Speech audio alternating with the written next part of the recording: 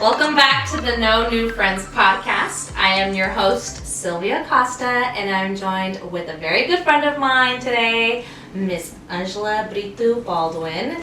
Hello. And I wanted to have you on this podcast, first and foremost, because I said, hey, are you coming on my show? Because I need a strong female already. And that was like the odds. And so you know that I started this podcast because I have had a lot of failed friendships in my life.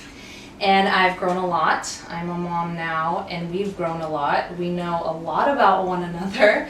And I think that we are the true definition of truly strong females. Amen. And we have done the work on ourselves. We've come a long way. Still working on ourselves. And I think you and I have a good perception of who we have become.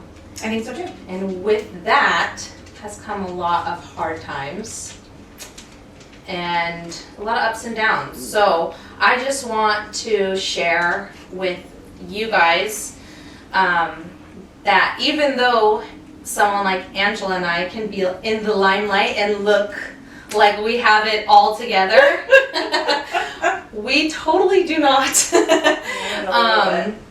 sometimes, but with social media, sometimes we can look a certain way, but even those singing on a stage, looking beautiful and happy and singing joyful songs does not mean that it is truly what's going on the inside. That is absolutely true. So, I'm happy to be here. It's a little different today. Same. Thank you for having me. I'm really, really proud of what you're doing. This is Thank really you. important, and I'm so proud of how vulnerable and how honest and how deep you're willing to go to encourage other people to do the same. And I know that it's really hard to look at your own insecurities and your own vulnerabilities, but the fact that you're putting it out there, and I'm the older cousin, I feel like I'm so proud of you, and thank you for having me. And I think it's important that a lot more people get the opportunity to share.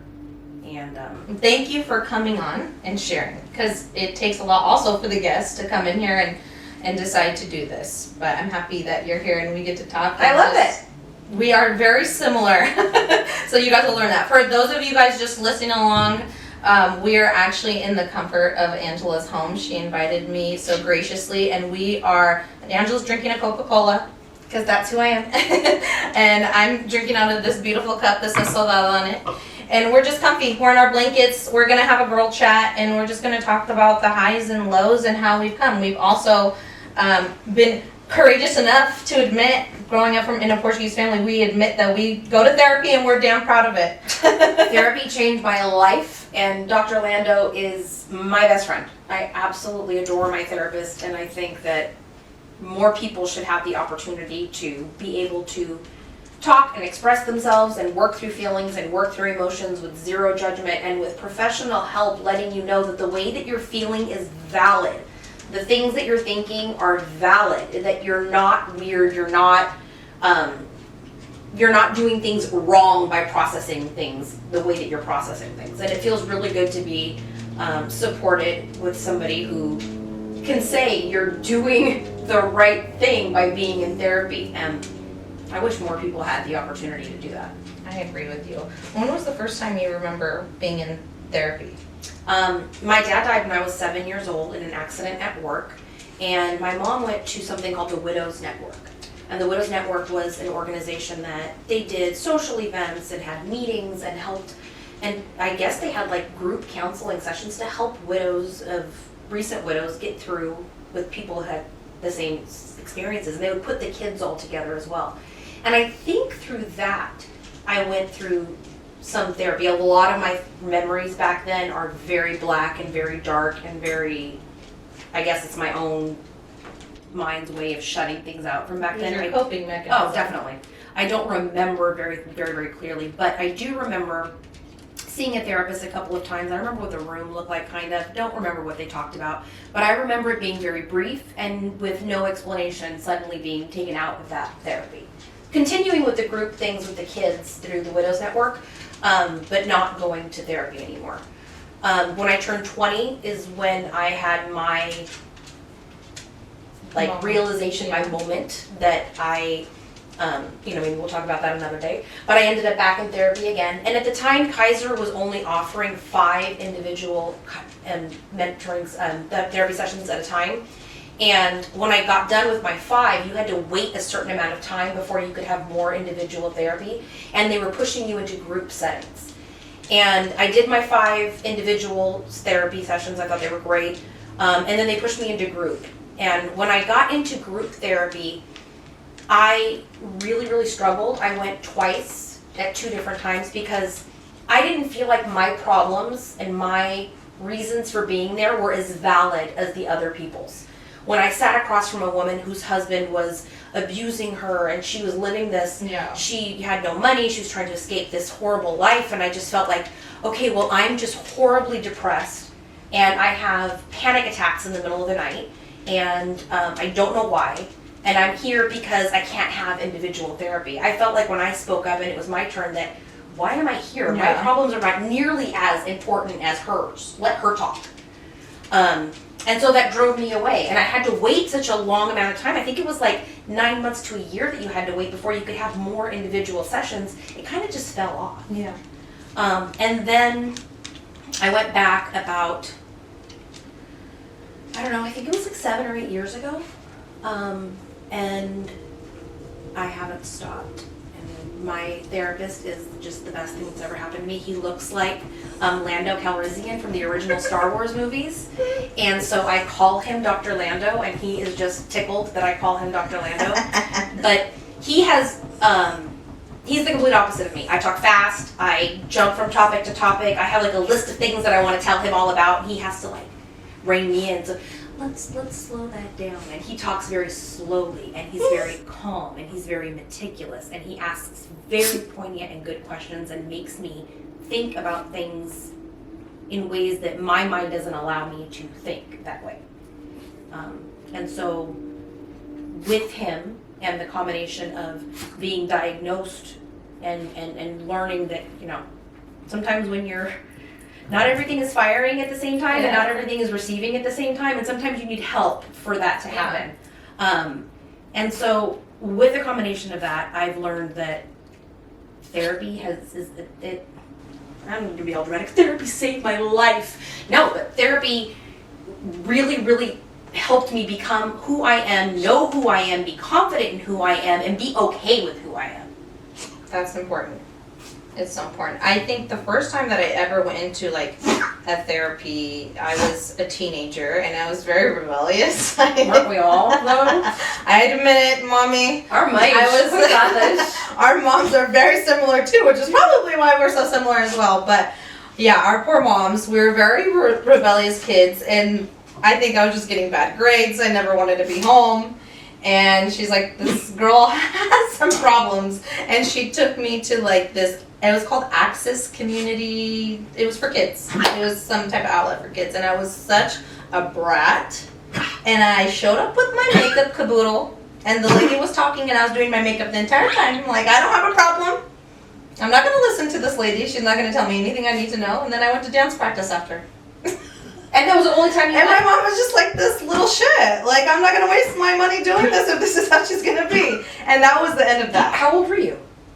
I was in high school at some point. I think maybe went twice. Maybe went twice. So that was like my first experience with that, but I was so like, I don't need help. I was defiant. Yeah, well, we thought we knew everything when we were teenagers. Yeah, and then when I got into my 20s, then I really thought I knew who I was. And that was the most lost years of my life. Isn't that crazy? It's so crazy. You live and you learn. You're so confident in everything that you're doing and that you're making the right decision, and then you look back and you're like, Jesus, No.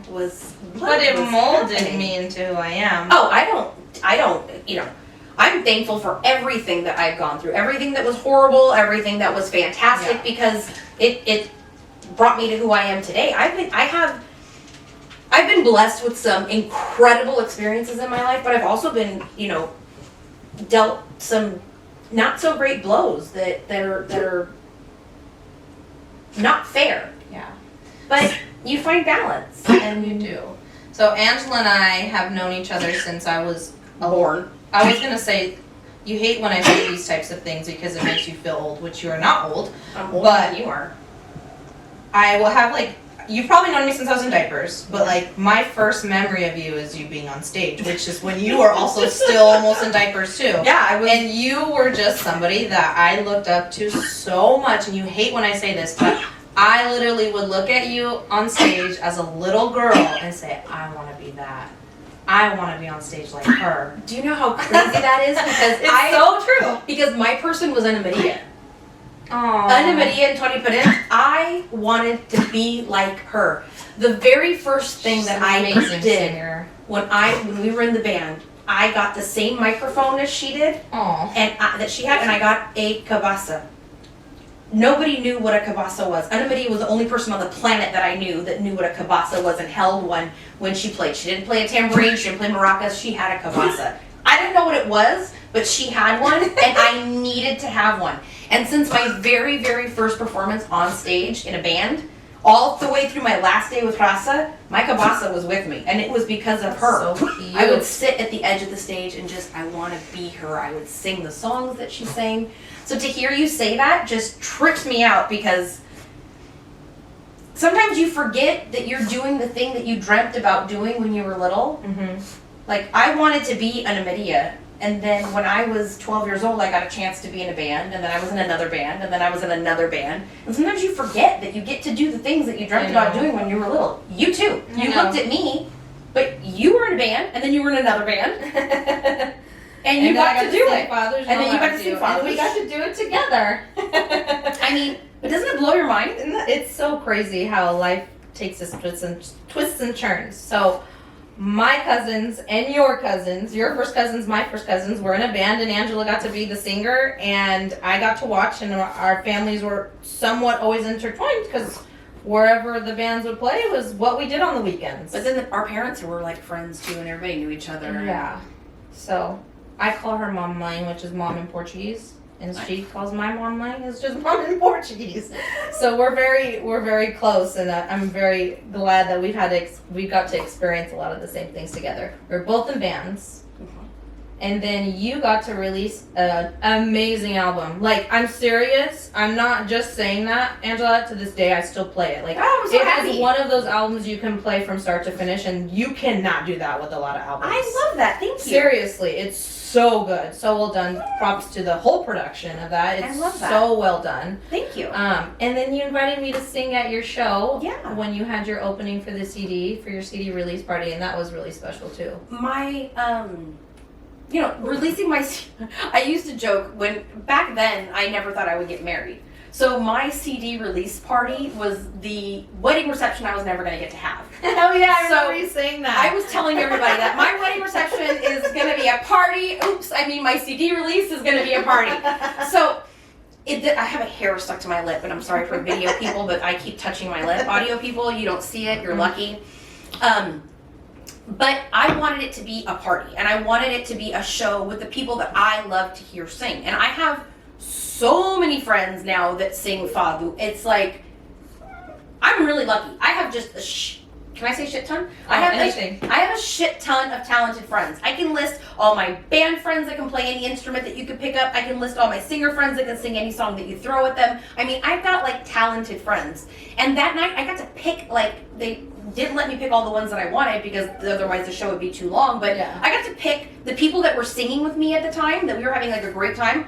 Crystal, Sandra, you, David. Kevin came and played that was right. the cajon because he did it on the album. And then my cousins played a song as well. And we had so much fun. And my night was not just about me. I wanted to showcase my friends. And I told them, pick your favorite songs. Pick the ones that you do the best. Mm-hmm. And you had put it on a show. Yeah, you poor thing. Do you remember when the screen fell on your head when you were performing? And you were a fucking rock star and you just kept singing like it didn't happen? That is like a highlight. So one would say that is like the tragedy of their singing career. I'd never seen. No, you're laughing in the background, but also you fucking crushed it because you did not skip a beat. I don't know what happened. Like, I just saw other people's reaction going, well, because the whole thing went, Yeah, was it a light or a screen? It was the screen. Oh, that you were playing like your slideshow from, and you guys just pushed it to the side. And while I'm singing, It falls on you. It falls on me, But and you the don't entire even- audience reacts. And you don't skip a beat. Like, it was like nothing was happening around you. You just kept, like, perfect. And the next lyric, Leva meus And we're like, where stuff falls on my head. Or, this is the first time I remember singing Fado in public, and I think God's giving me a sign. Oh my God, it was so good though. Thank God. That was so crazy. That was a great night. My album was, that's another thing. Like, you sometimes you don't allow yourself to appreciate things that you've done. Like, I don't think about it. I don't, but I should be prouder of it. How do I explain it? You have a hard time being proud of yourself, Angela. I really do. And I don't, it comes at a detriment. Like, I don't ever want to say that I'm good because then I'm going to stop, I'm going to cry. I'm going to stop trying to be better. I'm never good enough in my mind. And my album is the epitome of everything I ever wanted to do. It was my dream come true. I got recognized by the freaking Grammys. Yes, that's like huge. But I can still do more, and I still want to You do can. more, and I can still, and for me, it's never enough. And sometimes I have to like stop and be like, bitch, fucking appreciate what you've already done. Give yourself credit for something you've already done, and be happy with what you've already done before you're upset with yourself about not doing more. You need to know something. And you know I'm not a liar, and I'm very honest. I have never heard anyone say anything bad about you, how you look, how you sing, how you present yourself on I stage. just can't believe You that. know what I hear? I swear, I put this on everything in my life. You know what I hear? Okay, Angela, she's so funny. Well, I am hilarious. You're I mean, hilarious. That is literally the best thing about you is you're I so try. freaking naturally funny. You're beautiful. Oh, shut up. And the way you present yourself, you just are having so much fun on stage because you love it, and you really show that when you perform. And that has taken so many years, because if you find me on stage anywhere from the age of 12 until I'm 20 something, I have no problem singing any song you put in front of me. I'll perform it, I'll feel it, I will be emphatic as it's coming out. But in between, when you ask me to speak, those are my words. And all of a sudden, I don't know how to be on stage. I don't know how to act. I'm embarrassed. My cousins would get mad at me and Arunia about like, pump up the crowd, Angela, talk to the crowd. And it's like, shut up. No, they're all looking at me. Why are they looking at me? I'm just going to sing and be fine. Like, I never wanted to talk. Even in Rasa, they'd be like, come on, man, pump up the crowd. And my own insecurities and my own fears of what are people going to think about my own words kept me from doing a lot that I wanted to do. Has to do with the fact that we sang in Portuguese and we're expected, because of typically the generation that we are performing in front of is a generation behind us, or two or three, and we have to feel like our Portuguese is perfect when we speak. Do you feel like it has to do with that, or just speaking in general is hard for you? Speaking in general, anything that was my own words that people could say, ew, that's her personality. Or they could say, ew, look at her trying to be cool. Like, what if they think that I'm like, when I'm singing somebody else's words and singing a song, you can't judge me for what I'm saying. So crazy that you're saying that. But you can to judge me you're for everything always I say in between screw the those songs. people. Like, Because that's what I feel on the inside. But when I get in front of it and on the stage, it's like everybody's fucking looking at me. And when it's quiet in between songs and the band is taking too long and we can't get, it's like, fuck, so is the start the audience song, part the start the worst part song. about music for you? And I don't know what to say to break that. It's so much pressure. And for me, I just, looking back now, it's like, oh my God, you're so stupid. Why don't you just say this? Why don't you just say this? Why don't you just say this? Because now I have a confidence that I didn't have then. But you're such a storyteller, you need to lead with that. Because anytime you bring up, like, your mom being chata and the Fado-De when you sing that one, like, when you tell those stories about your mom and, like, your life, like, and you bring humor to those things, I think that's when you allow us to connect with you so much. Well, so you need to hone in on that, because I think that's your special. Well, I do now. Yeah. I mean, now, I really learned a lot being in Rasa because I was older. Which is a band. Yeah, Rasa was a band that I sang in. It was probably some of the most fun I've had in my adult life. I played with some of the most brilliant musicians I've ever met. People that I'm gonna cry because I miss them so much. Aw. But like they could pick up any instrument and just master it and play it. Like I watched Joe Amaral write music one time sitting at a table, and it was like watching somebody write in a foreign language, but like just his fingers, like it was like his pen was dancing on the page, and it was. I don't know how to write music. I don't know how to read music, and watching him do that just so naturally, and so it was just like I'm just blown away by their talent. Abel, God, I miss him. He could pick up Our anything. band guys you guys mean a lot to us. Oh my God, I'm gonna cry. Even though we were really big brats. And I know I was a shata and a diva. Kevin called me a diva. I really wasn't a diva. I don't think I just wanted the band to be the best it could possibly They'll be. never get it from our end. Just like we, they do a lot too, but from our end, we are the front of the stage. And the passion that we have to sing is what brings the whole band together at the end of the day. We have to be the front runner. Yeah, but in my case, they were the ones that gave me strength. Like, Oh, of course. Behind that, we would be nothing without them. if I like, yeah, and I had really great backup singers that were super talented that I knew If that anyone looks bad, it's us. that if at the I end of could the day, they cough shit and or they take come a to us breath first. and they would cover me. But I learned in Costa how to be more confident in being on stage, and it helped with pitch, it helped with tone, it helped with me being able to sustain, it helped with lung capacity, it helped with consistency, and it helped in other aspects, like when I went to go sing Fado, singing in Costa really helped. But getting that confidence is, the performances you see now from me when I sing Fado are me being me because I'm not afraid to be me anymore. I'm not afraid to tell the stupid stories about why I like songs. I'm not, I say every Fado I pick is because I connect to it somehow. Every song I sing is because I can either see myself or something in the lyrics, or I can imagine myself saying those things to somebody, or can imagine feeling those feelings myself. Everything is connected to me, and they're all connected to me for a reason. Mm-hmm. And I'm not afraid to tell those stories anymore. I'm not afraid to be vulnerable on stage and say, hey, I picked this song because of just like Lagrima. Amalia's Lagrima. I mean, she just was in the pit of despair when she wrote that song, and I connect to it so much. Mm-hmm. And like, what does that say? But it's I would never say that to anybody before because it's so dark and because it's so sad, and that I connect with it so much. But it's the reason that I think David and I perform it so well is because I just got chills. it means something Thinking about it. to us. So I gained a lot of confidence in singing in Costa, but the performances you see now is just me. But Really? you've been molded. And I think when you start doing music so young in the limelight, it takes a long time to kind of grow your own identity and say these are the songs I actually want to play. And how I want to sing them, because you listen to the CD And you're and you copying. just copy. You just copy It what took- the artist looks like, sounds like. I'll never forget. It was like 2004, I think it was, and I went to a rehearsal with Elder Cadavregeda, and like I knew him because I've known him my whole life, but I didn't like know him, right? And I'm still like early 20s. Which he And is a guitarist. He's my guitarist that I play with most often.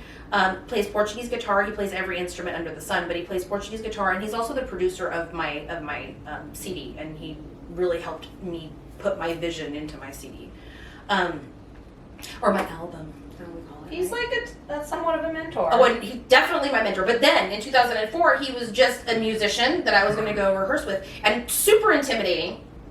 I was scared to death of him that day. I mean, like, scared to death. Because I really wanted to impress, right? And I'm young. I've been singing since I was 12 years old. I know, I could do this. I could do this, right? I've been listening to You the CD. exuded confidence. I have been listening to the CD nonstop. I'm going to go in there, and I'm going to blow their socks off.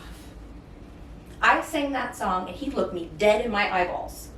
Dead ass in my face, in my eyeballs. And the very first thing that he said, he goes, he's holding the guitar, right? And he kind of like sets it down, and he looks at me, he goes, Angela, you got to stop listening to the CD. And I was like, oh my God, he's so mean. I was mortified because here I thought, if I try to copy Mediza, how can I go wrong? And the first thing that he noticed was, no, this is not how you sing. You're trying to do something that somebody else does, and it's obvious that you're trying to do something that somebody else does. Yeah. And so you got to stop listening to the CD. And that was the very first rehearsal that anybody had ever recorded the rehearsal. And then I rehearsed off of the recording from the rehearsal. And I never went back to listening to originals again. And that's how my father practices went from then on. We recorded everything, and I rehearsed from the rehearsals. And I never listened to the originals again because I don't want to be influenced. And so now when you hear me sing things, everything has my own spin because I don't. You. And that's purposeful. You learned how to like hone in on your craft, your voice. Like, But it's because of the confidence that I have been able to gain, and the, what's the word? Not giving a shit anymore. I've been doing this a very long time. I love singing Fado. I've been singing Fado for over 30 years. There are some songs that I can sing in my sleep, and I am not afraid to own that anymore. I'm so happy to hear that. But because most of the time it's like, shut up. I hate getting compliments. I don't know how to take a compliment. You have to learn. I don't know how. You tell me that I sing good and You have to learn. you're like, oh my God, you sounded so great. Oh my God, that was so great. And all I hear in my head was, but didn't you hear the 17 times in that song that I said the word wrong, or I coughed, or I hiccuped, or I didn't say that right, or I got off pitch? Well, where does that stem from? Where does that come from? It stems from my need that I'm never good enough. No matter how good you think I sound, I will listen to that same recording and I will find 27 things that aren't good. That nobody else would hear, maybe Elder. That I think that comes from like the Portuguese culture of like when you're young and you hear so much from a lot, people are gonna talk. And so you're trying to we all tried to portray this perfect little Portuguese girl that I just always want to be better. I don't ever think I can listen to a performance and be really proud of myself and say, wow, you did really good, Angela. But here, and here, you could have done better. The next time you do this performance, you can do it better. And that's not always a bad thing either. But it becomes bad when you stop telling yourself what you did was good. But you could do better. Because I skipped that part. I never told myself, what you did was good. But you could do better. What about the album? My album, I 100% honesty, because here's the Angela, if you say anything bad about the album, I'm gonna be so pissed off. I mispronounced. I oh my God. Mispronounced 2 words that we didn't catch that are on the album that I am mortified by. There were songs that I wanted to be on the album that Elder encouraged me not to have on there, that if it was today, I would have fought back and said, do another I'm album. gonna eventually. Okay. But no, I listened to it and it's like, Angela, why didn't you do this? Why didn't you do that? I remember being in the studio crying.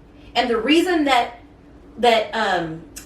Silvia sounds the way it does, like I smoked a pack of cigarettes, is because I cried for hours recording that song because I couldn't do it the way that I wanted to do it. So did the cigarettes give you rasp? I didn't smoke cigarettes. I just sounded like it because I had been crying. But don't you love that? No. Were the tears for a reason? Tell me the tears are for a reason. I was so disappointed in myself and I was so hard on myself in the studio that that's what the song ended up sounding like, because I cried so much and that's what my voice sounded like that night. That's raw. It is. But when I listen to it now, it's like, you need to think of your musical career as like it's growth. Like the way you sang that song at that time in that moment also reflects that moment in time for you. I think that there's the beauty whole behind album, that is the rawest, because so much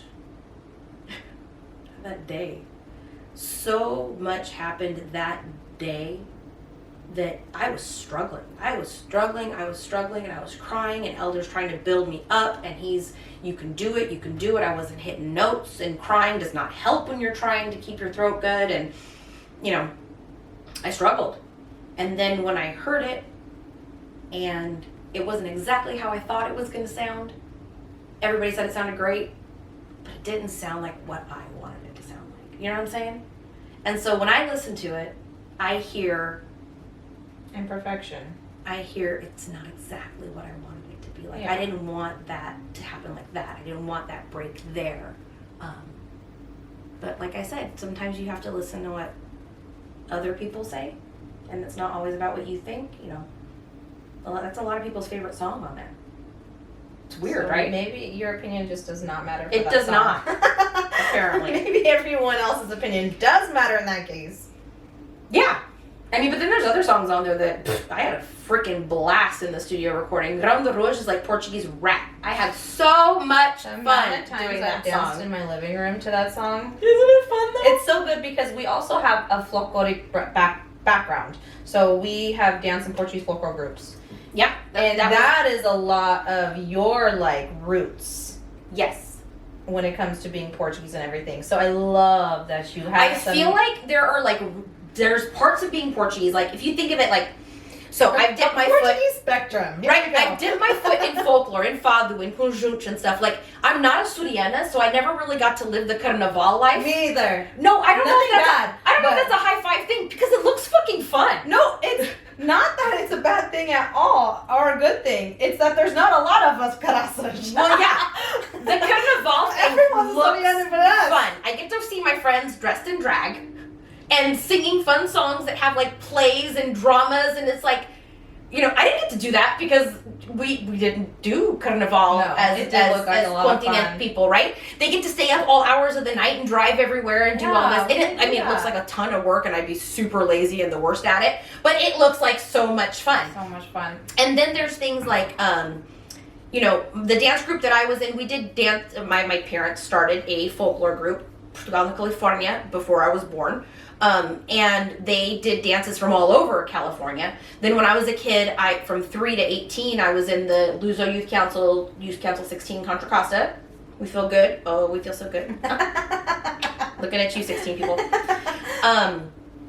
And I mean, come on, dancing folklore is so much fun. Being on stage with all your friends and doing it was so much fun. The dance group that ran through was so much fun. Done it. But there's something about Carnaval where you come up with your own skits and you have, you know, like there's So your dance group never did musical variety in Luso? No, we always did dance. We never did musical variety. I would musical variety. I would freaking love it though. Like, what are the ones called for Carnaval when they're very sad and dramatic and I have stuff? no idea. But I want to do that. I want to be like the, Oh, I do not want to do that oh one. my god, I kind of want to do it. I feel like I would. my husband. Yeah, I feel like I would be really, really, really Daddy, I good love dramatic actress. But then like I get to see my best friend, everybody knows, my Fado mate, David, and he gets to dress and drag, and they do these favorite groups. They do these hilarious skits, and it's That's the one I want to be in. they look so fun. I remember Kevin Silva's group. I don't know which group that is. Forgive me, but it's all guys, and they went up one year, and I was like, I want to be in your guys' group next year, and he's like, No, It's all boys boys. only. I'm like, damn it, I want to be in your guys'. It looks so much fun. It looks like so much fun. So that's like a dip. That's like I feel like that's a part of Portuguese culture that I haven't like dipped my foot in yet. Yeah, we've almost done all of them. Yeah, not quite that one yet. No. That would be fun. We have to start out, but then we have. It's not where we're from. That's a thing from Terceira, right? Don't Or they do carnaval? Well, I mean, I know they do carnaval in like Brazil and everywhere, but I don't know that I that's. don't really know either. You guys, please Help forgive us our. out. Please forgive our ignorance in the ways Please of forgive our carnaval. mainlandness. Abel, I can see Abel right now going, oh my And all of god, our these bitches are friends so are probably- stupid. David Sorry. is shaking his head in I'm disappointment right now. from an Alentejo background. But if anybody Rolling- wants to like give me an update on how this works, like I know that in China they have like the biggest carnaval festas, right? Or am I thinking São Joaninhas? You guys, I'm so messed up right now. I don't know. I just know. All I know is that everybody goes to São Joaninhas. Yes, that's the one. No, São Joaninhas is in São João. It's Marcha São João. That's different from Carnaval. Yes, you're right. So, but all I know is that São Joaninhas is like the party place to be. Like, Punjuns go there from the States, and everybody goes there to party. And my mom last weekend, she's like, este ano eu vou a São Joaninhas. And I'm like, for what? Because it's the big festa. Wait, she's going this year? She's going. Good for her. Just To party. My mom is going to the Azores just to party. It's like a big, for those of you who don't know what São Joaninhas is like a week-long festivities where they have different bands and outdoor festivals every night. And it looks like a freaking party, and there's parades in the street and fireworks. And my mom is like down to go. What about marching like in the Espírito Santo Festas? I was a queen. I was a side maid. But we didn't grow up with that either. I did. You did? Yeah, I was a queen when I was. Well, my mom. What part of Portugal is your dad from? My dad is from Olhos.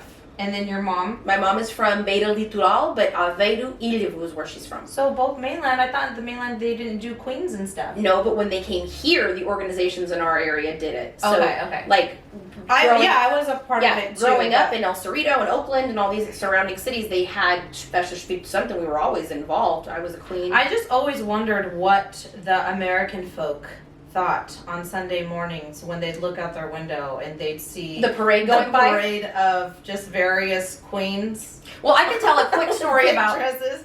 I can tell a quick story about American people coming to Portuguese Fechados. When I was growing up, I had a very good friend, and her name was April.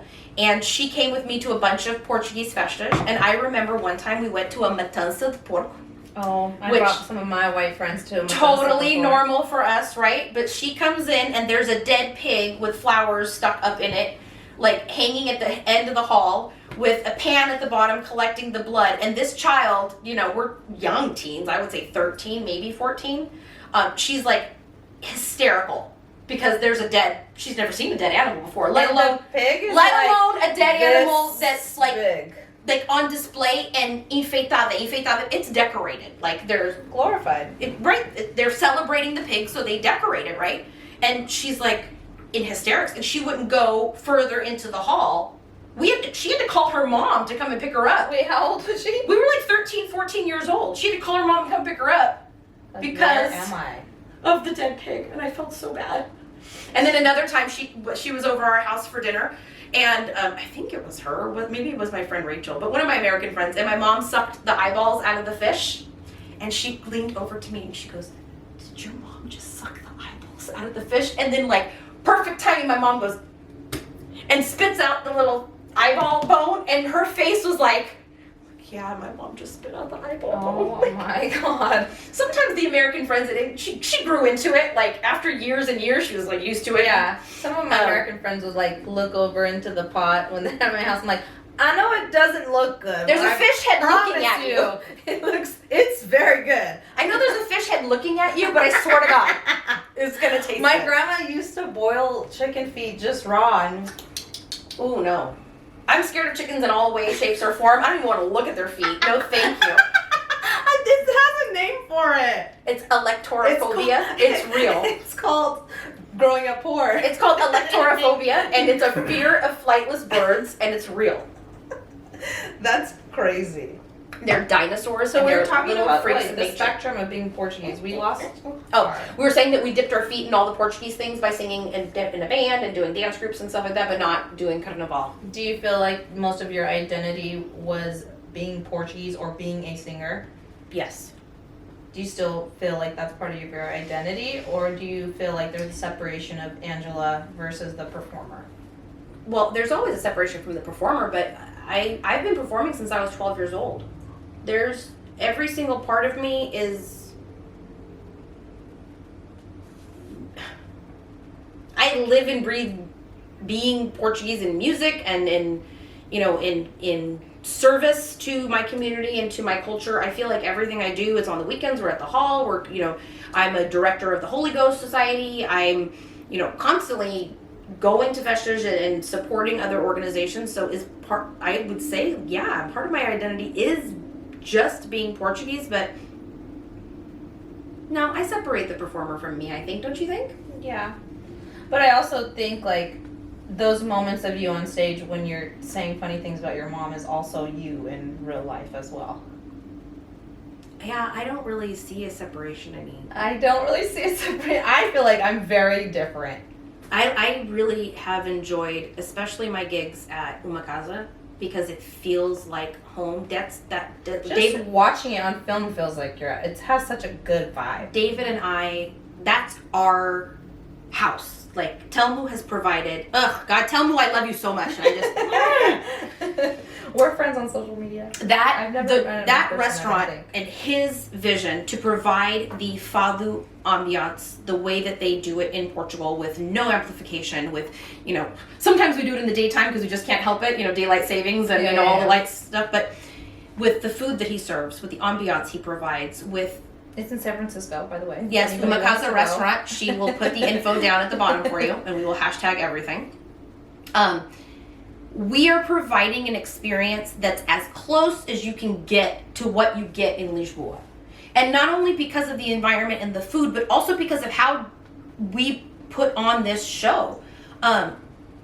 David and I are, I want to say, like, beyond passionate. We're like in love with Fado. Like, we sit and talk about the way we feel about it, the way he feels about Fernando Farinha, and the way that I feel love about. Fernando Farinha. Oh, that's his. He would leave anybody on earth for that man. Yeah. But the way he feels about the songs and how Fernando Farinha sings and how he was able to express those songs, the same way I feel about, you know, Amalia, Mafalda Arnaud, and the Fechados that I feel like just like ripped open their souls and weren't just singing the hits and weren't just singing what people wanted to hear, but really were like, this is me. And I'm just putting it out there. Like, Yeah, I don't connect to Fado the way that you and David do. and being able to stand in front of a crowd and say, in English, because this is my favorite thing to do, and say, I'm going to sing this song. And I'm going to tell you what this song is about. I'm going to tell you what the lyrics are about, because even though you're not going to understand the words that I'm saying because you don't speak Portuguese, you're going to understand the emotions that I'm emoting and what I'm trying to portray. And giving people context to what I'm trying to emote is so important, because you can sing to a room of 100 people and they can see you having emotions and feelings and they can assume what you're saying and what you're thinking. But if you can give them context and let them feel that with you, I really feel like we do that well at Umakasa. You and David are, in general, very good storytellers. David does it better in Portuguese and I do it better in English. But you need that. Oh, he sounds like one of the... We are Portuguese Americans, so if we fumble on our Portuguese, it's because we are Portuguese American. Yeah, but my professor was Violinda Avão, and she's probably going to listen to this, so I'm not allowed to speak in proper Portuguese, especially anywhere near her vicinity, because I don't ever want to let her down. My childhood was, I would get off stage, and my mom would say something about my stage presence, or what I could have done. Don't turn your back to the audience, don't do that. And Violinda would say, here are the words that you mispronounced, and here's how to say them correctly. Well, that's why you never felt good enough, because you were always being But they told made what you did wrong. But they made me Yeah, better every yeah, single of time. course. And if it wasn't for her, like, I owe Violinda so much when it comes to learning what Father was really trying to say. Like, Angela, read the lines, but then read between it. Yeah. What is she trying to say to you? What is he trying to emote? And Violinda made me listen to fathers that I would normally not have listened to. Oh my God, this is so boring. But she exposed me to pretty much. You know what Everything. I feel like I connect to so much in Portuguese music and have never sung in what I feel like I one day want to record? Is Liga. coral, like Olhos music. That is what I feel the closest to when I'm singing in Portuguese. That is so weird because like your family, it's probably like something I have in been your... singing with old ass Portuguese men since I was like 6 years old. It's Like a little kid just in the circle. Like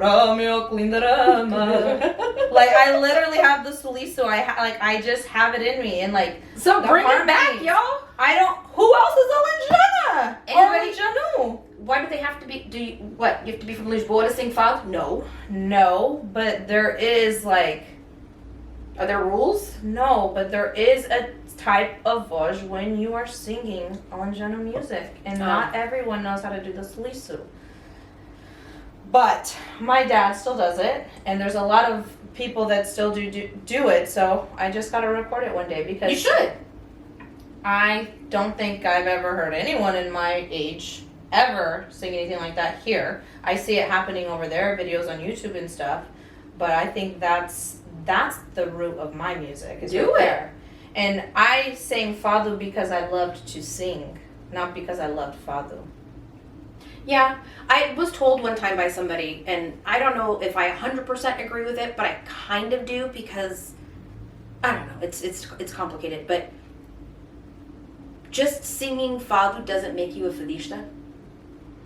No. And I know it was said not in like they weren't trying to be mean to me. They weren't trying to say, you know, yeah, you sing Fado, but you're not a fadista. But almost as if the title of fadista is earned.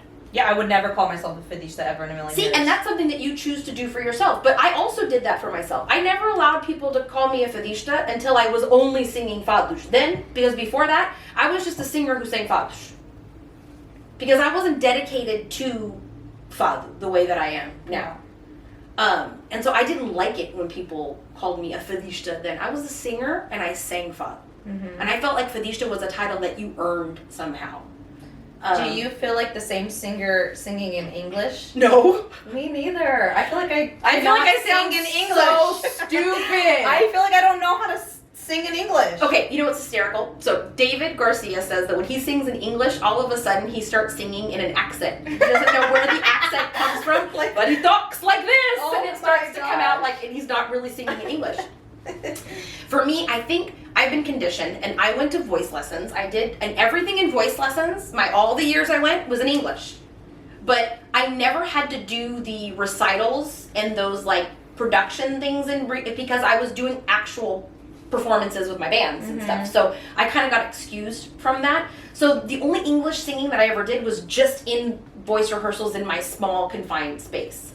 And I'm sure my voice teachers would have told me if I sounded, bad, right? But when I sing in English, even to this day in front of people, it feels like it doesn't come off of my tongue as easily as Portuguese words come off my tongue. And I don't know if that makes sense to anybody else on earth. And I get so much more nervous singing in English. It depends. If I'm singing Hamilton, I can rap you anything from start to finish right now with like zero hesitation because I'm that's how confident. But if you like say, okay, the band, oh my God, Rasa people are gonna get this. We're gonna do an American mix for IES this year, and we're gonna do a medley of 3 or 4 American songs, and you gotta learn them. That's like the biggest anxiety of my life, is seeing that the 7 minutes that mix is on that set list It's always the same. is though. the biggest anxiety of my life. The same songs. Those English songs, right there. You start with Como Ves.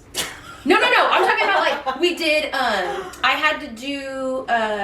Shit. What's that guy's name? Oh my God! It was 2011.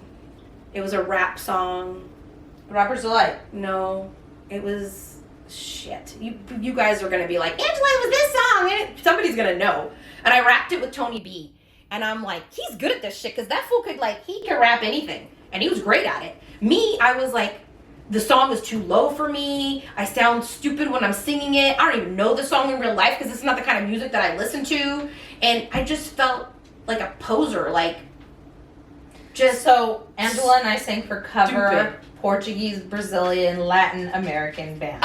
But you give me a Brazilian song and I killed that Brazilian accent. And then by the end of practice, I was just toda, either I was Spanish if I was singing all my Selena stuff, or then by the end I was saying things like "Cidade and Ciao," and I was Brazilian depending I on. would always twist it to just like regular Portuguese because I was like, I can't just do both. No, because sometimes it doesn't rhyme if you do it with regular And Portuguese. there are some words where I'm like, wait, is that offensive to females? Okay, so we used to sing a song called Você é o Cara.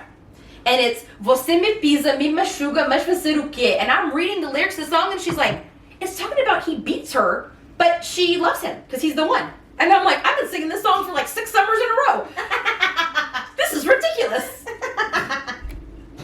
But sometimes you don't stop and think about what you're singing. But I'm telling you, I think some of the most fun I've ever had is growing up, I always wanted my own Miami sound machine. What's that? That's Gloria Estefan's band.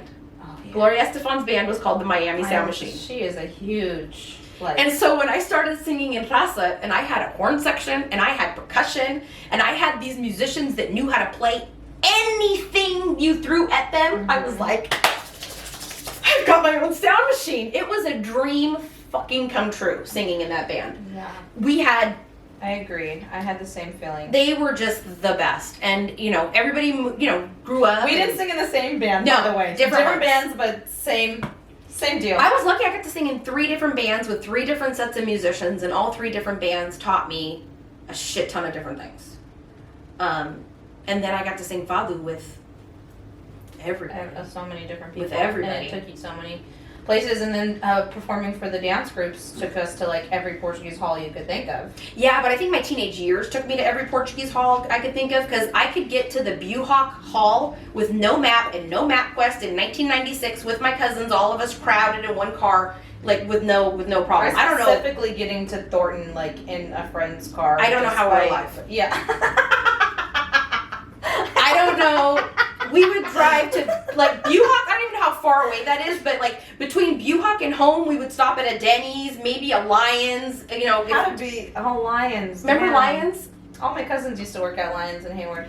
And we, you know, eat French dip sandwiches in the middle of the night and come home. And you know, our parents had no problem with us coming home at 4 or 5 in the morning. But if I went to a football game or I was with American people, I had to be home by like 9. We moved to Dublin when I was 5 years old. So I went from Union City, California to Dublin, California. So I went to like diversity to White people. I remember being in the real estate agent's car, like to look at the house, and I saw like nothing.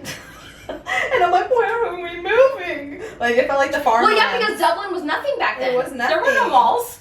No, so then all of a sudden I'm a minority because my first language is Portuguese. Portuguese is spoken in the house. Then when I started kindergarten, the night before I came back from Portugal, so I'm coming to. I didn't even go to preschool. I started kindergarten coming from Portugal for the past 3 months. So that's how I started school. And I thought they put me in ESL because the question they asked me was, "What language do you guys speak at home?" And I was like, "Portuguese." I'm like, "She needs ESL." But you understood the question in English. I'm like, well, yeah. I definitely graduated out of that very quickly, but My mom tells a story that I think is hysterical, that my mom went to school and she was asking about my brother, you know, how's he doing? Or, yeah, how's he doing? And she's like, oh, you know, his English is great. And my mom's like, what? And she's like, he thought that my parents didn't understand or speak English, so he would tell his teachers that, no, they don't speak any Portuguese or English. And so my mom went to school one day and she was like, so how's Paulo with his English? And they're like, he speaks perfect English. I don't know what you're talking about, but it's because he never spoke it at home because he assumed that my parents wouldn't understand. So he spoke English great at school. wow.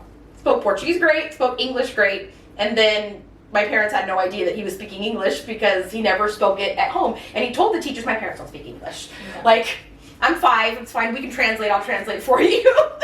And so here we are, like foreigners, basically in Dublin, which is kind of a like newer, upcoming town, and we were submerged into like the American culture so much. There was no Portuguese hall in our city. There was nothing. Luso was there, but Yeah, they've had their offices in Dublin, probably because it was cheap back then. And yeah. So what festivals did you guys go to when you were younger, and where? anything in Hayward.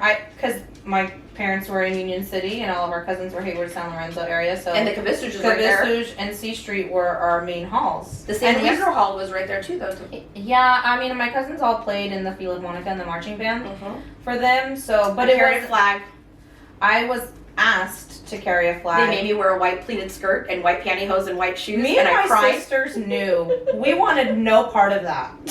We Well, didn't care if it was a I flag or anything. I wanted to hang out with my cousins Victor and Pedro, and like so bad because they were the cooler older cousins, right? And they were in the marching band, and I was always with Yolinda. So what was a way to get me to carry a fucking flag, right? But like after one parade, maybe 2, it's like I'm not doing this. Like, do you I see thought I was gonna love being a side maid. I thought it was gonna be the best thing that's ever happened to me in my life. I left with being a side maid? Well, because my mom wouldn't Who let was me the be queen? my mom wouldn't let me be queen because Too many parades. we don't even do that. She said, we don't even know anything about that. We don't do that. You know, we're from Alentejo. We don't have that. Like, we don't even have cows, we have pigs. Okay? So it just How was old like were you when you were a side maid?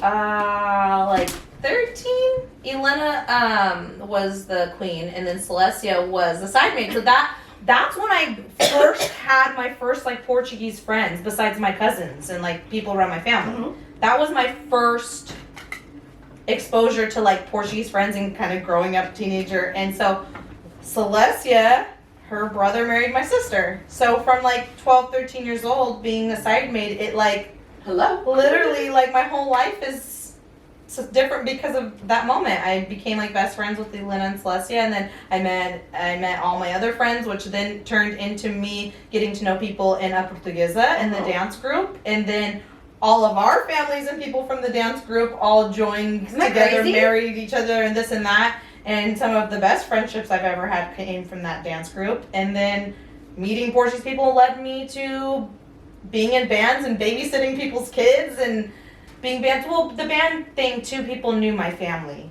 I have, 6 drummers? Something like that. Six drummers in my family. We have all kinds of musicians and singers. So I think I was really the only girl, though, that did music in my family. Me too. I was the only girl. That's the only girl. I have a brother, all boy cousins. Yeah. And I then remember my dad asking me, I was 19 when I first started in a band in Otra Banda. And my dad said, what do you want to do with music? And I said, I just want to be in a band. just want to sing. And I had AJ Simões. Mhm.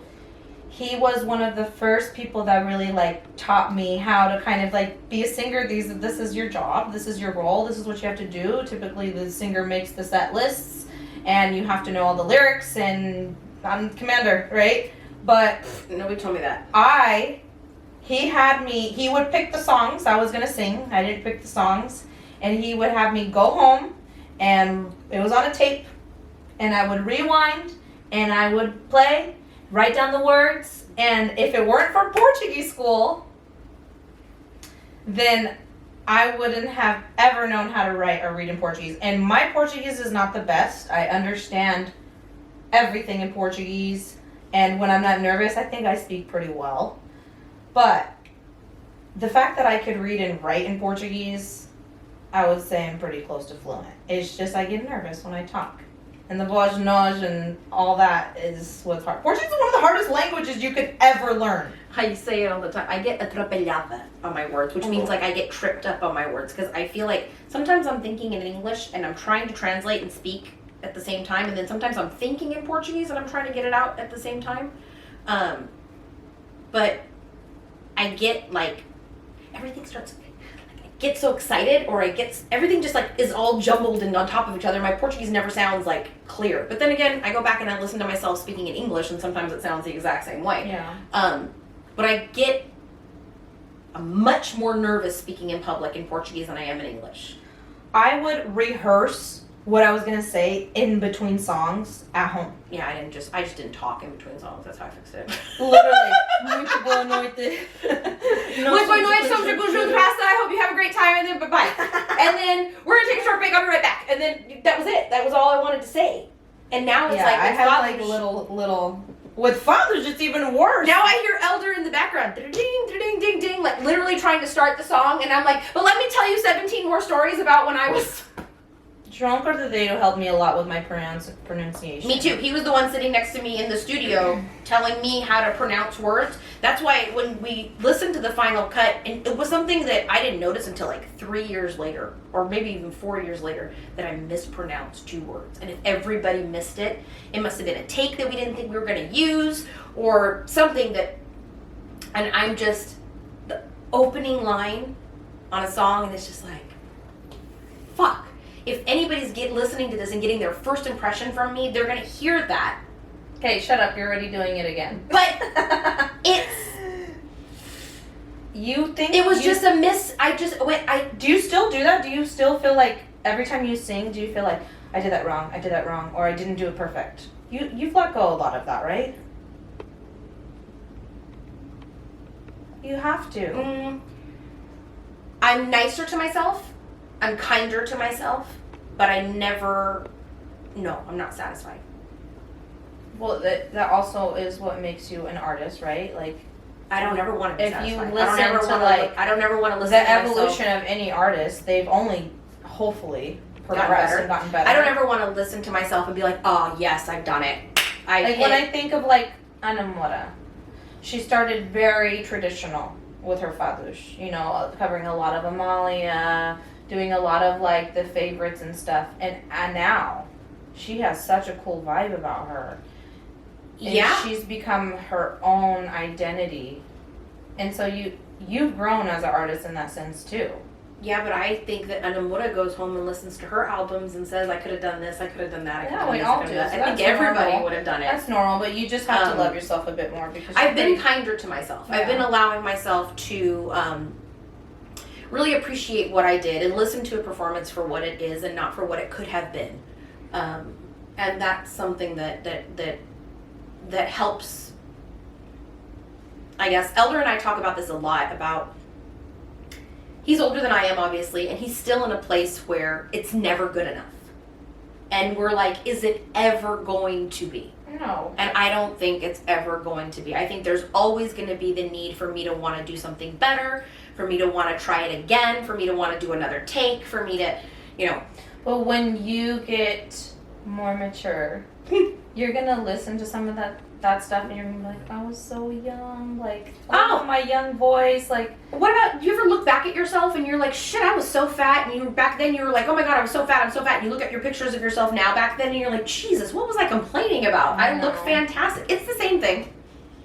You know, you're so hard on yourself, and then 10 years from now you're gonna go back and look and be like, damn, you know, for who I was then, I did great. So it's important that we're having this conversation, especially me with you, because I feel like a lot of our paths are similar.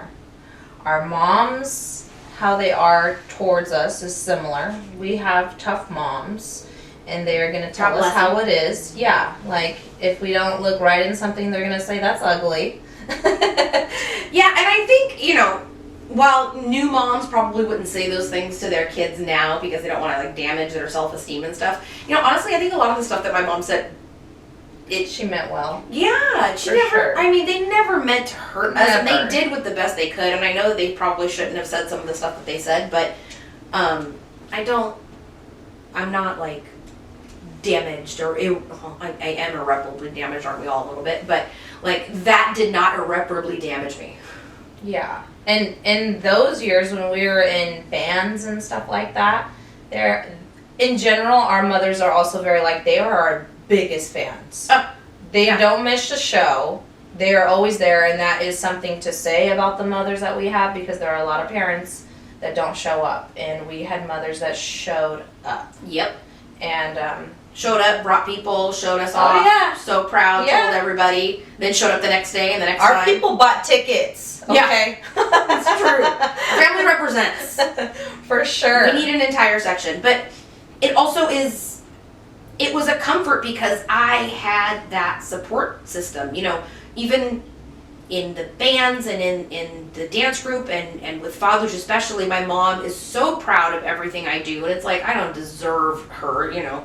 And having her there, though, is like built-in confidence, built-in, you know, you've Yeah. got that support there. No matter what everybody else thinks, no matter what everybody else, my mom's there. I know my mom thinks that I kick ass, and I know my mom's gonna tell me that I did great, and you know, they'll be the ones where she goes, oh, I don't like you did that song, or your voice is struggling today, isn't it? Because she knows all the idiosyncrasies of what I'm supposed to sound like For versus sure. what I sound like sometimes. But having her in the audience is always a different experience because no matter what, I can always find her, Mhm. and that's comforting. Yeah. I think my dad. But sometimes And I can't. I'm sorry to interrupt. Sometimes I can't look at her when I'm singing because she's like this, or she's clapping, or she's singing, and it's like super distracting, or she's crying. And I'm My sorry, dad is more of like the one I connect with musically. Oh yeah, your dad's. He's sang in my band before with us. My dad has He's a hysterical. beautiful voice. And he has so much fun on stage. He loves it. He loves it. Now he picked up the guitar, and I'm so proud of him for that. He always wanted to play guitar as well, and he did it in his retired years, and I'm very proud of him. Good for him. Is he gonna teach your kid? Yeah, I mean, I think it's just in the family. I don't think we have choices to be musically inclined. It just happens because we're singing and we're playing songs. Amen to that. It's not forced. It's just around. Okay.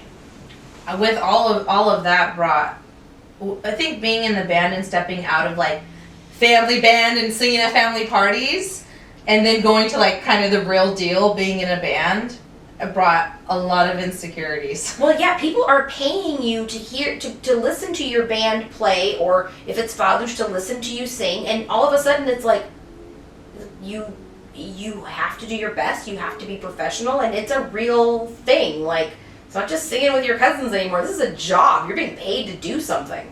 And that's intimidating, and it's scary. And what if you let people down? And what if you don't do well? What if they don't hire you again? What if you mess up? What if they don't like you?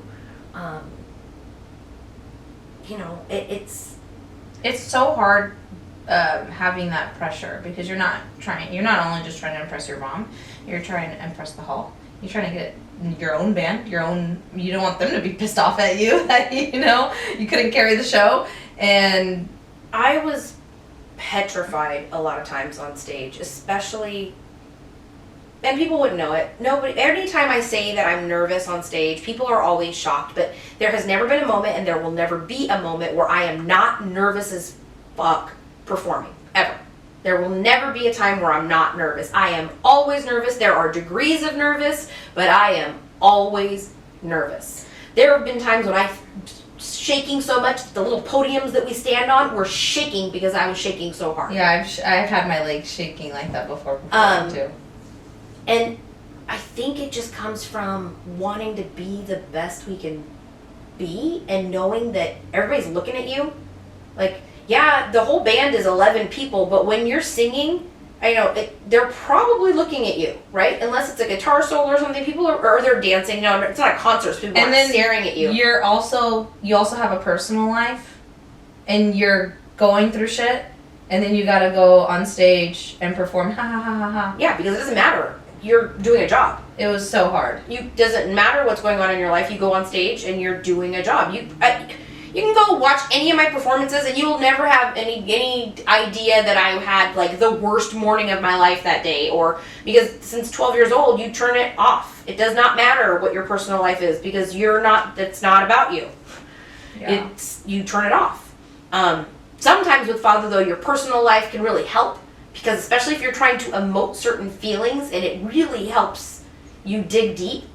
But most of the time, you gotta turn off your personal life when you get out there, because it's just, there's no place for it there. Yeah, well, that's the beauty of music too. It's an outlet for you to kind of turn that. But like, insecurity is like, am I fat? Do I look fat? I feel like I look fat. I'm not as skinny as those people. Do I sound good enough? I feel like I'm a good singer, but like, nobody comes out and says, "Hey, you're such a good singer." Like, you get compliments. You don't sometimes. get compliments like that? I don't. I hear the words. They don't like. I don't know how to take a compliment, because I hear you saying it and I appreciate it so much, and it's like, thank you for thinking I'm good, but inside all I'm thinking is, but you didn't hear this and you didn't hear that, and What are you doing to try to change that? I try to be kinder to myself and just try to believe people when they say it. Or like, I have this inner voice that people are like, "Oh, you sing so good," and it's like, you're just lying. You know what I mean? You don't mean that. We're always gonna have that. And I'm not saying that happens every single time, but it happens a lot. And I'm still, to this day, I have a hard time taking a compliment without being, "Shut up!" Like, I don't understand. Stop. I don't understand. No. Or you are. Like, it's weird. I've been saying thank you. Thank you for saying that. Thank you for saying that. And just absorbing it and really trying to take what people say at face value, and not assume they're just saying it to be nice, or saying it because they have to, because after a show that's what you say, right? And just maybe because they really meant it. Maybe because they really did enjoy that. Maybe because they really did have a good time. And that's hard. Well, we also grew up in an amazing culture, beautiful community, but it has a lot of gossip in it. So we already know people are whispering, people are saying this and or that in their own little cliques and corners. Maybe some aren't, but there are some that are. And just knowing that, You know who you are. just knowing that is going to make you insecure. Yeah.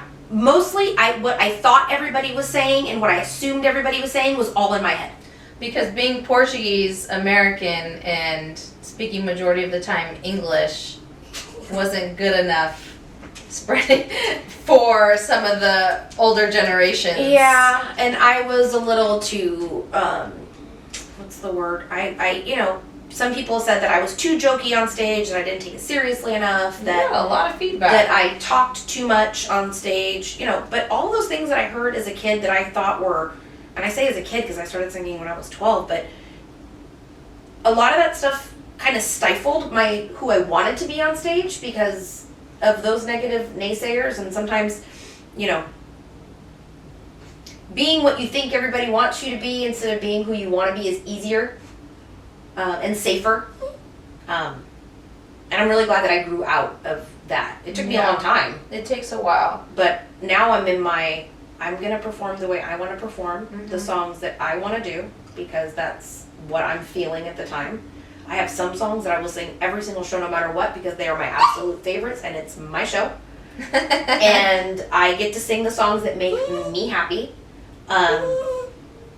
And I'm really enjoying, one of my favorite things is that at Uma Casa, we get to talk about the songs, we get to talk about what the song's about. David and I get to sing together. David gets to, talk about his songs. And then we bring somebody different every show. And I think that's my favorite thing. Since San Pablo, Fado-De, I've been bringing somebody different to San Pablo since the beginning, the very first Fado-De night we had. You always fed other singers. I always bring somebody new, somebody different, give somebody a shot on stage. It's my favorite thing to do. And I get to do that at Uma Casa. And we brought all our friends to sing with us. We've got all kinds of people that are coming and showcasing their talents. And people are getting, American people. See, this is New really people. cool because it's different from our generation, where a lot of the other halls started being very competitive. When our parents' generation, I felt like they fed each other's communities more, and then there was a period of time where it was a lot of competitiveness with halls and things like that. And now I feel like since COVID, I think it's still like that. we've had to have more outlets though to support one another. You're singing at Uma Casa, which is feeding Uma Casa, and Uma Casa is feeding you, and you're able to now pass that down to other singers and things like that. And we're now it's just like this broad spectrum again. We can really pull it together. I love it. I love that we get a different voice to come sing with us all the time. They get to, expose themselves to, we get a lot of American people. I'd say 90% of our audience at our shows are American. We have some shows where it's hella Portuguese people show up because they know one of the singers or they have a big party or something. And yeah, we have a lot of Portuguese, but most of the time it's a lot of American people, not just American people. I'm using that. I shouldn't say that. A lot of people who don't speak Portuguese come to the shows. And so I like the idea of saying, hi, we're David and Angela. We are Fado singers. We're going to be here all the time. But here are some other singers that you can learn about and go watch them sing at their other venues. And we're bringing people to an American audience. And I just love the idea of just having artist after artist after artist after singer after singer just keep coming through. And it makes me happy. For sure. I love supporting. I call them all young. I don't care how old you are. You could be older than me, but you're all young because I've been doing this for 30 years. And it's please come and sing Fado. I don't feel the competition with anybody like I maybe Except did yourself. when I was 16, 17, 18 years old. The only person I compete with now is me. And I'm the worst. But it's such a freedom because I get to experience other people's. I don't know. I just turned that off. But don't you appreciate other people's talents more so now that you have?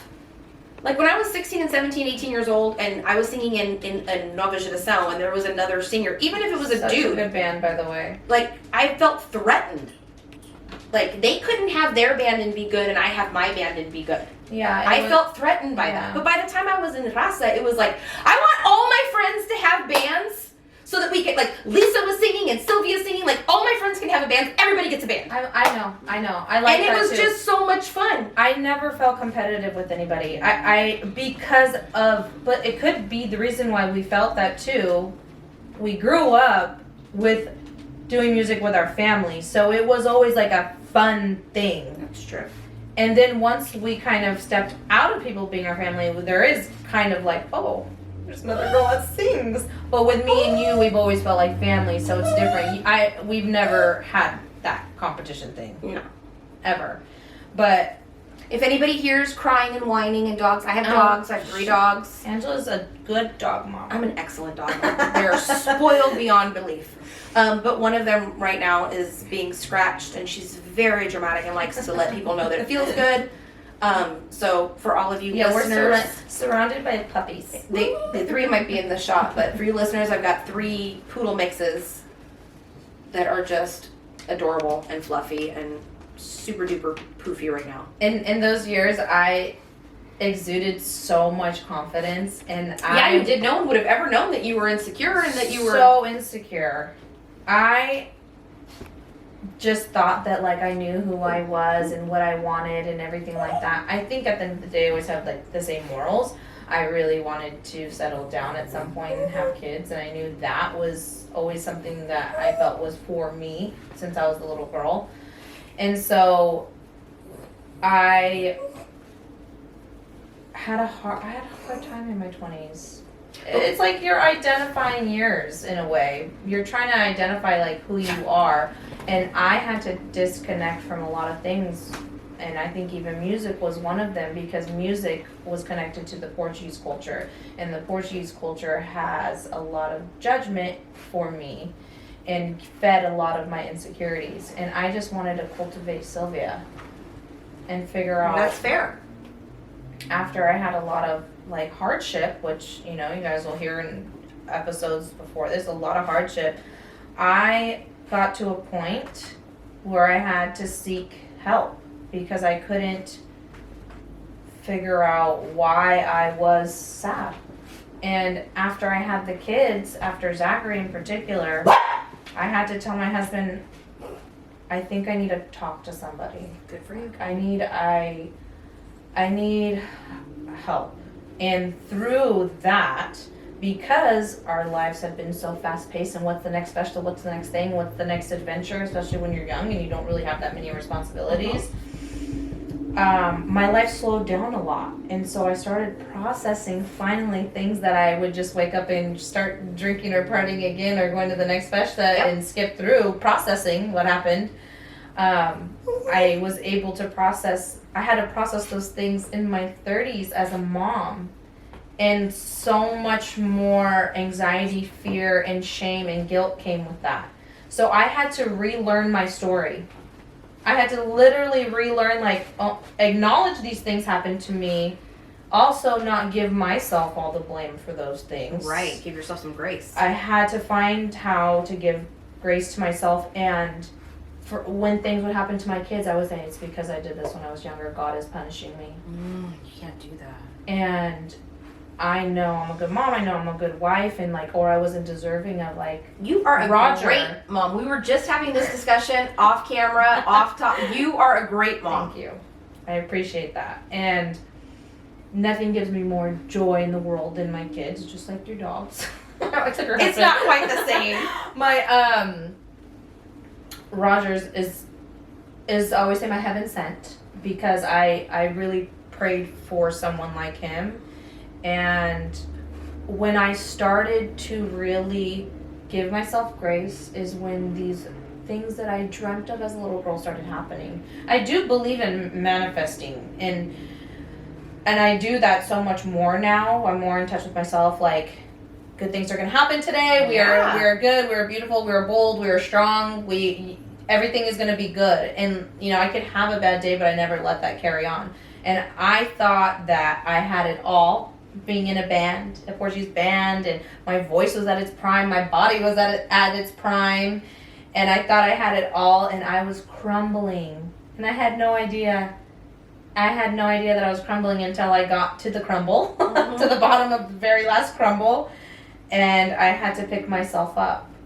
And you've done a fantastic This isn't job like so my far. year of like owning my shit, as meaning like the good, the bad, the happy, the ugly. My story is beautiful, all good and bad, and that I'm deserving. Yeah, you are. But you need to feel like you're deserving of all the Oh, things. it's much easier for me to build up other people than it is to build up myself. Yeah, you're like smiling like, yeah you are, I'm like, you too. Yeah, it's harder when it's yourself. It is. So what can I do as a friend to help you with that? That is a great question, and nobody has ever asked me that before, so I really don't know. I think just do what you do. Be there. Be honest. Be vulnerable. I know I'm not terrible. I know I'm not a horror. You know what I mean? You're I know. Not terrible. It's at just all. it's hard to support somebody. And I tell myself, my therapist, we always talk about this. Angela, if you could only build yourself up the way that you build up everybody else. Mhm. I work on it. It's hard for me to be nice to myself. And that is something that I'm really proud of, because in the past few years, I've done tremendous I strides see it like in the videos. Like to if I silence that. the last few videos that you've had from Oma Casa, I see like way more natural confidence in you. I would say that But that's I would say probably true. before it was like more putting on a show, and now you're like it's different. Like you're walking the walk. Yeah, and in my Fado shoes, I feel like I'm the most at home there. Like, and I mind It's it. like you put on your little like Dorothy slippers, and you're like, Oh, my casa is home. It's like singing in my living room. It's like singing. It's singing to my friends. It's. There's a comfort there that I don't find at a lot of places, but also it comes with allowing, just giving myself grace, being nicer to myself, not always listening to that evil bitch of a voice that lives inside my head, and she is wicked. Being nicer to myself has been my whole like last 3 years of therapy thing. Like, just yeah, therapy is love yourself. like we said earlier, therapy's a It's the hell best. of a drug. It comes from loving yourself, from loving your body and what it's done for you. And it may not look exactly how you imagine it looking at someday, or you want it to look someday, but you have to be happy with what it's done for you, how strong you are, what you've been through. Are you listening to yourself? Yes. Okay. And those are the things that I'm working through in therapy. And now when I look at my body, I don't, automatically eyeball that imperfection that only I can see, right? That, he has no idea exists. My husband has no idea exists. Or if I say to somebody, oh, this roll right here is sticking out of my shirt, they're like, nobody would have ever seen that if you didn't point it out. But to me, it's like, how can you miss it? It's this big, right? That comes from body dysmorphia and an eating disorder, and that's all things that we'll talk about in another episode. Yeah. But working through all of those things and learning to love who you are every day, even when you're in a bad mood, even when you wake up sad, even when you wake up, not looking the way that you wanted to look that day, you're bloated, you're still a badass bitch. Hell yeah. And just kind of, I read something, and I don't remember who it was and what it was, but it stuck with me. And it's a really simple phrase, and it just said, why waste your life wishing there was less of you? Why waste your life wishing there was less of you? Now, are you saying that in general? She meant it as weight loss. Okay. That she spent her entire life wishing she was thinner. Mm-hmm. And she wasted all of that time not doing the things that she wanted to do because she was waiting until she was thinner or thin enough, or whatever it was. And she said, I wish I hadn't wasted so much of my life wishing there was less of me. Yeah, that's really true. And just the way that she said it was like, God damn, I did waste a lot of my life. Like, if I was fitting into these jeans, like this particular jeans, then I could wear a bikini on vacation. But if I didn't fit into those jeans, I had to wear a one piece on vacation. These were like these arbitrary rules that I had set for myself that somehow gave me self-worth. If I fit into these jeans, fucking badass. But as soon as I don't fit into those jeans anymore, then I'm worthless. And I failed, and I'm a loser, or I didn't stick to my goals, so I'm really hard on myself. And, it was just like a downward spiral. And it was like, why am I doing this to myself all the time? And it was amazing that when I stopped doing those things, I stopped focusing on it so much, I stopped being like the first thing when I look in the mirror going like, ew. And is that something that you work through in therapy? Yes, and I still work through every single time we're talking. Like, I'm continuously on this journey of learning to be okay with myself and giving myself grace. I injured my foot in November of 2018, and I've had my stupid foot issue, so I haven't been able to exercise as much as I want, or walk as much as I want, or and move as much as I want. And I feel like that has affected how, where and how I gain weight. And I was having a lot of problem with that. And I just learned how to be active in different ways. And I'm still not great with my foot, still it sucks, but I'm not mad at it anymore.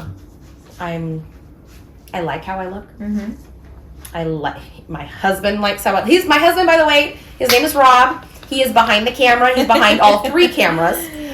He's behind all the lights, and he's set up all this. He's the reason for all the lighting. But he has a lot to do with building me up and just reminding me to listen to myself. He goes, I hear you say the words, but do you believe the words? No, sometimes I apologize to Roger for having my mom sack. Mom sacks, they're my C-sections. I have C-section and natural. I'm sorry that I have this. I know I gave you 2 children. Your mom, he's like, you stupid?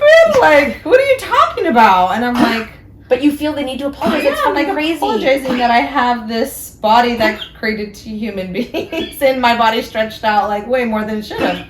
And he should be worshiping every inch of it. And that I had major abdominal surgery to fish out of water for my kid. Gross. That's what I said when it came out. I said fish out of water. This is these are the things that people that don't have children like me, and all I think about is it. All of that she just said, that sounds extraordinarily painful, and I just couldn't wait to get him out. The best feeling in the world. I said and then I said, I'm never getting pregnant again. When they took him out for a C-section, and they go, that's what they all say. I'm like, no, it's not happening again. This is not happening again. Yeah, you'll get baby fever again. But it does help having that support. It doesn't have to be a husband or a boyfriend or a partner. It doesn't have to be that you have your support people that should lift you up. Yeah, even friends at work, and it's good to have people. Scratch that. It's good to be able to hear what people say and take what they say, as opposed to making it what I think they're trying to say, right? When my girlfriend from work says I did a good job, or that she liked working with me on that project, or she's really proud of something that I did, because she's my boss now. She was my friend and my coworker, now she's my boss. So when she tells me stuff, it's like, oh, thanks. Mm-hmm. But also I could have done that better. Have you done the love languages test? Yes. What's yours? Mine, do I even have it on my phone? I think I don't remember. Mine was words of affirmation and appreciation, I think. We're the same freaking person. And then my husband's was one that, we were the same kind of. Words of affirmation and quality time. And quality time. His was words of affirmation and quality time. And mine was words of affirmation. My husband's was gifts, and I'm the worst gift giver. I don't say the worst, I'm like, I don't know what to get. It's not my love language. Right. It's just not. But you try, right? I try. I'm getting better. I'm trying is. It's never been my strong suit, buying men gifts. It's not. I grew up with all girls. You should make him like they do for kids. Can't he make a wish list? No, now that's what we do. We're here's my Amazon gift. There you go. And then you back just pick something off. Yeah. There we go. He's can I, what do you want? Let me buy you something, because he loves to give too. Rob's like that too. So he comes home with I'm nothing. I don't need anything. He's like, come on. Do you need anything? He's down to just buy me a bra that I really, really want. What do you want? Rob comes home with Legos. You never tell me what you want. I found these Legos for you at Target. It's the new Harry Potter set, and it's I don't need the Legos, but I desperately want the Legos. So Yeah. thank you for the Legos. I love Legos. But it's his way of saying he was thinking about me, and it's a little, it's one of his love languages. And I really think that having his support and having therapy and medication, being diagnosed and being medicated, has really changed. I said this to you earlier, and I think I said it the other day. You don't really realize how unlike yourself you have become until you start feeling like yourself again. And through therapy and medicine, when I started feeling like myself again, that's when it all started like jiving and clicking, and insecurity started to fade away. I was more able to be vulnerable and honest, and I'm an open book. I feel like I'm super easy to read. I feel like you can ask me anything and I'll tell you, because but that's also scary to a degree, because not everybody has good intentions for your vulnerability and for your generosity and for your empathy and for your your niceness, right? People I think act our like they're your friends perception of and they're loving not. ourselves sometimes is what we think or how we feel other people are perceiving us. Well, I felt And like we if have I to love myself flip too that much, people script. might think I'm conceited or I'm stuck up, not confident, right? There's a really fine line between confidence and arrogance. And I don't ever want to cross the line and ever appear arrogant, because God, am I like, I can't stand that in other people, and I never ever want to show that. I don't think I've ever boasted about myself, or like, do I? I don't, right? Like, No. I think we promote our you have to promote yourself, but I'm our like, oh my God, I'm just so great at everything I do. I sing the best. Like, But when I was the most insecure is when you talk the most. is when I posted the most selfies of myself. Same. What the hell? And the most, look at me. I'm so insecure, but let me put 7 filters on this on Snapchat, and then I'm going to post it. I love myself more than I ever have in my life, and I never post any pictures of myself, really. That is exactly, yeah. It's so crazy. Yeah.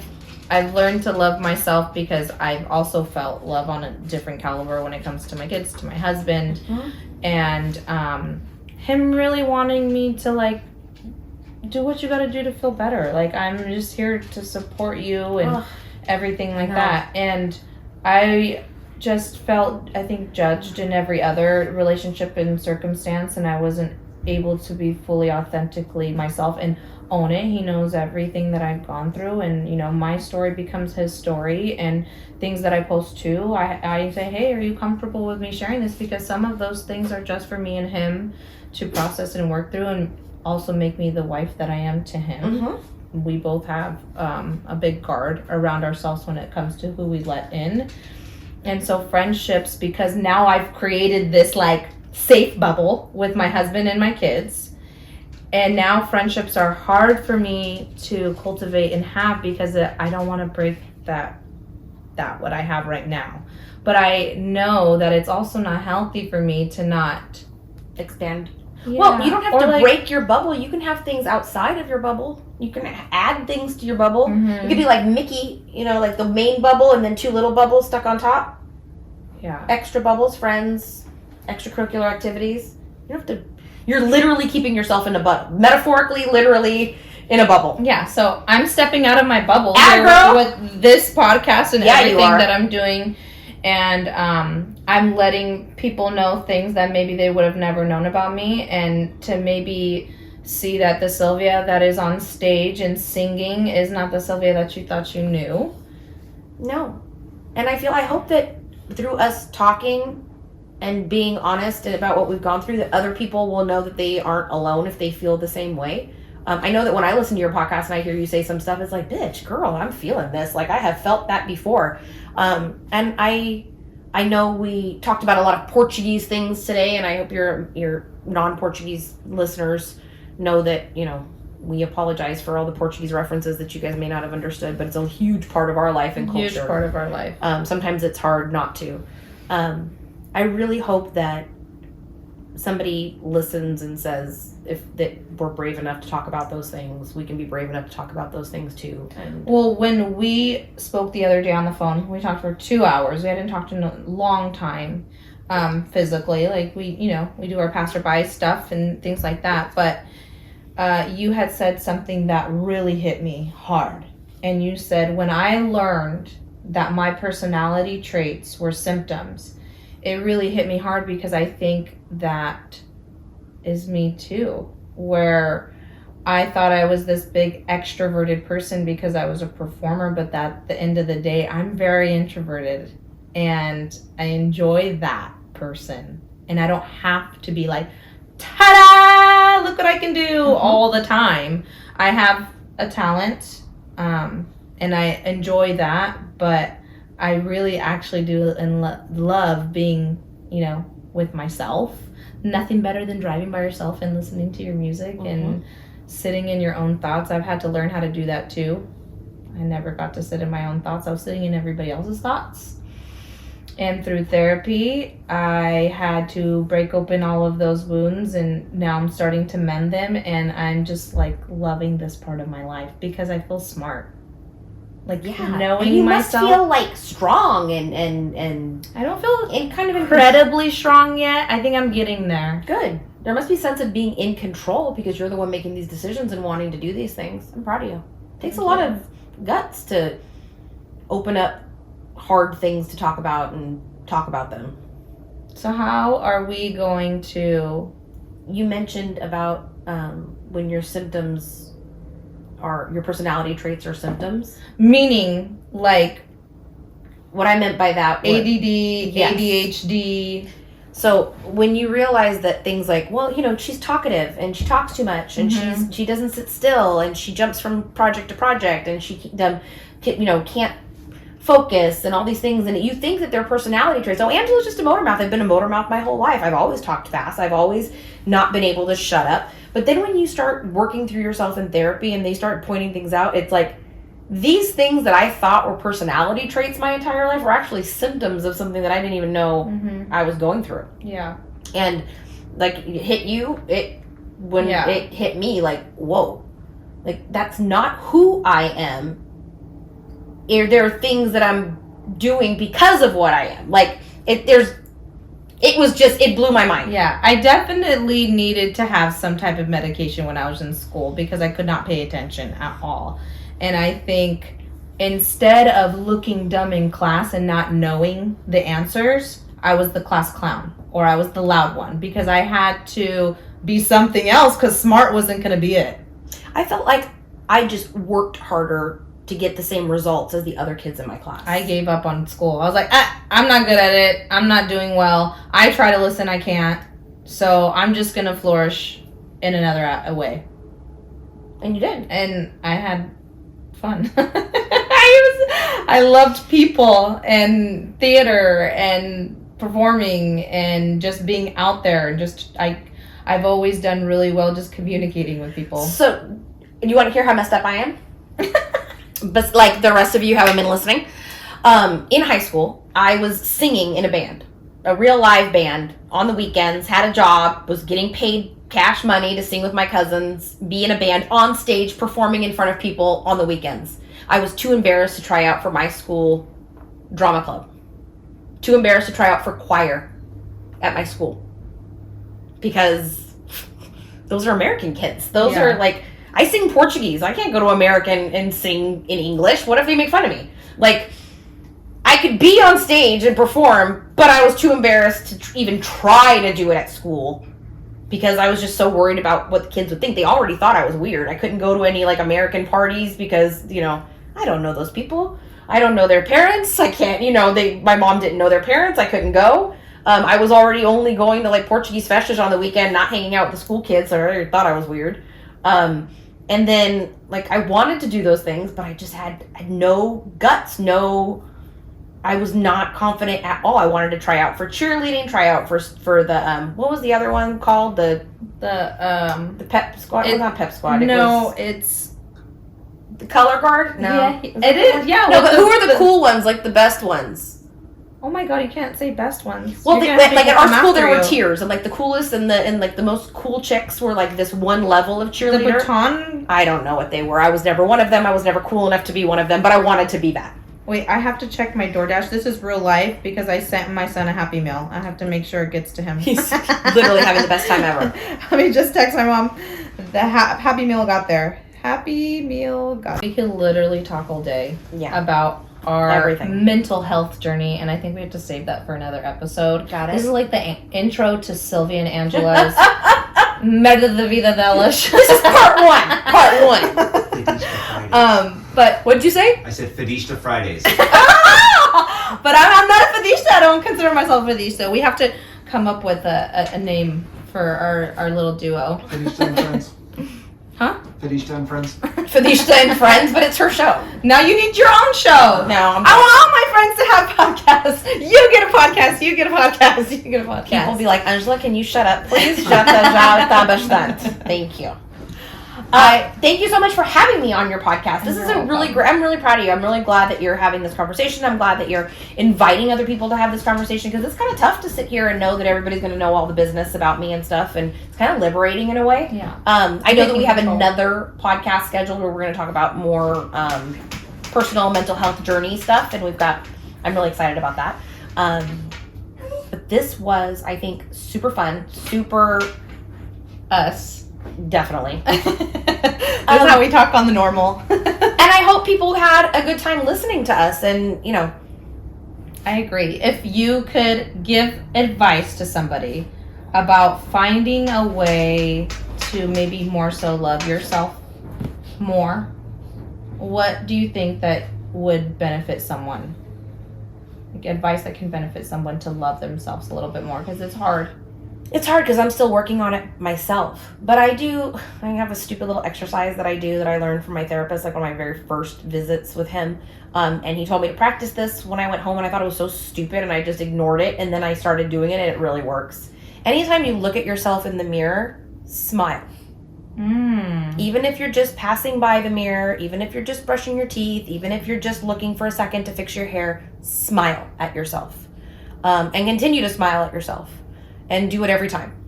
And it's weird, but it works. That's a good one. And it's something that I do.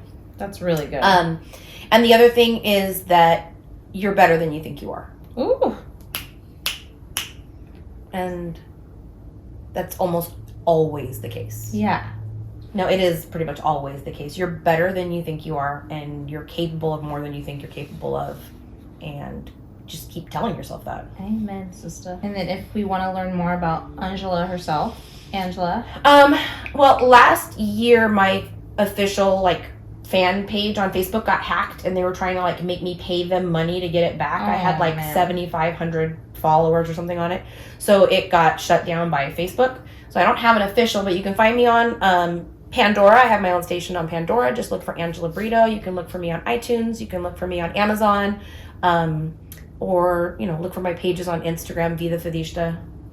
Whoop whoop. Thanks. I love you so much. I don't post a lot. I'm not like one of those follow me on social media and you're gonna see me in Bali and all on my trips. But I'm funny sometimes, so that's And I post hilarious things about my husband, so that's at least worth following me for, because I'll make you laugh that way. Well, we're in this together, girl. Yeah. We're gonna learn how to love ourselves more and more every day. Thank you. I think I love myself a little bit more right now after doing this. You're with me. That's why. That's probably why. Well, thank you for thank you for coming on my show and having me in your home. Oh, of course. I wanted your first video version of your podcast to be super homey, and I'm really happy that you wanted to do it here, and I'm proud of you, and just keep doing this. I feel like I feel like the older, I'm just so proud of you.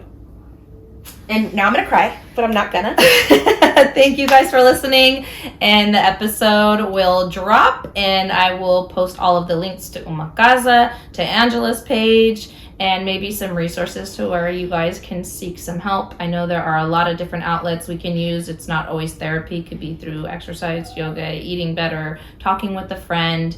I'm so happy that you guys were able to meet a dear friend of mine, Angela, and to know Angela is to love Angela. I'll try. So thanks again, and we'll catch up on the next episode. Bye.